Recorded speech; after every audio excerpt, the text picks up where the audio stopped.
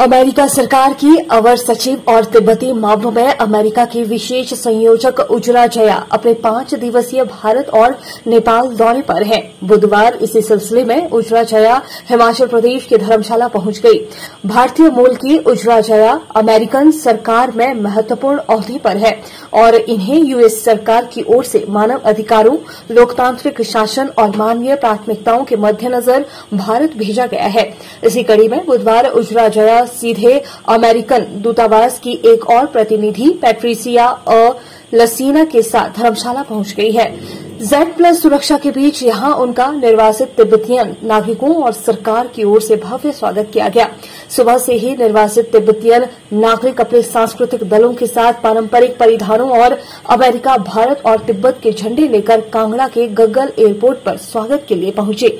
जैसे ही उजरा जया और पैट्रिसिया एयरपोर्ट से बाहर आई, तिब्बतियन नागरिकों ने स्वागत के साथ एक अलग जोश और जुनून देखने को मिला, जहां हर नागरिक की आंखों में सुनहरे भविष्य की एक झलक नजर आ रही थी।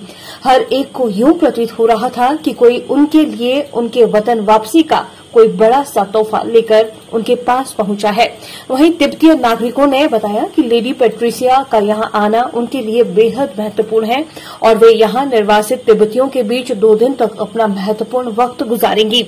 वहीं निर्वासित तिब्बतियों को उनकी सरकार की हर गतिविधि को समझने की पूरी कोशिश की जाएगी, यहां तक कि वो निर्वासित तिब्बतियों द्वारा चलाए जा रहे स्कूलों और सांस्कृतिक उत्थान केंद्रों में भी विजिट करेंगी।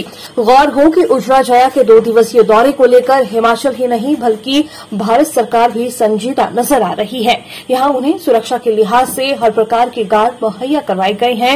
एयरपोर्ट पर भी उन्हें किसी से मिलने की बजाय सीधे उनके वाहन में बिठाकर गंतव्य की ओर रवाना किया गया। आज हमारा एक वीआईपी आ रहा है, इसी ये वीआईपी के लिए हम वेलकम करने आया था। मैडम बहुत इम्पोर्टेंट है हमारे लिए, बहुत इम्पोर्टेंट है। Of course madam should Tibet में जाना चाहिए, तिब्बत में कंडीशन कैसा है, और चाइना में भी जाना चाहिए कि चाइना में कैसा है। मेरा नाम थिंटुप ग्याल्पो, मैं TCV स्कूल में हेडमास्टर कर रहा हूँ। Okay, so my name is Tansin Yangzom. I'm working with the Nobulinga Institute right now. Okay, so we have come here to receive the coordinator, the US coordinator who's coming from US. Okay, so I think the basic the requirement of her visit here is to see the community that she has been helping for such a long period of time. So if you are helping a community, you are helping a bunch number of people. It could not be like 1 people, 10 people, 100 people. It's the endless number of people that she's helping. She's been helping for a longer period of time. Yeah, I really hope if she could visit, it would be lovely.